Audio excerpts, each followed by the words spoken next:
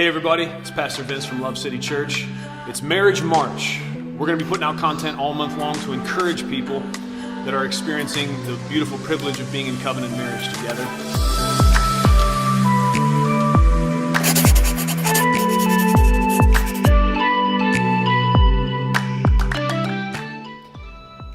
I assume you might be wondering why I have a pie in my hand.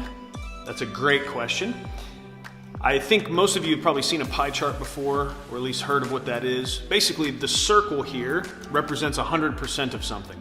And so we're going to use this pie today to represent your life in marriage.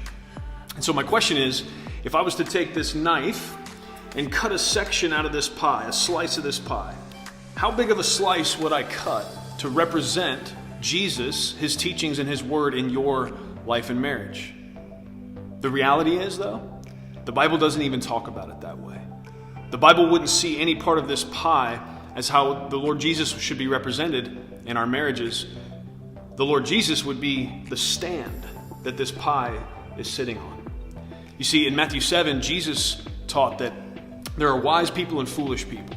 There's wise people that hear his commands and obey them.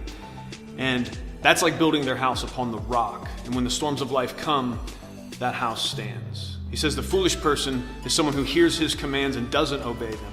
And that's like building a house on sand. And when the storms of life come, that house doesn't stand. It falls, and great is the fall. And so our encouragement to you this week is that you would take some time together, be intentional, turn your phones off. If you've got children, make sure they're occupied or in bed. Look each other right in the eyes and talk about your life and marriage. Talk about the ways that it's clear that Jesus is the foundation of all that you're doing. Talk about maybe ways that you could grow in that.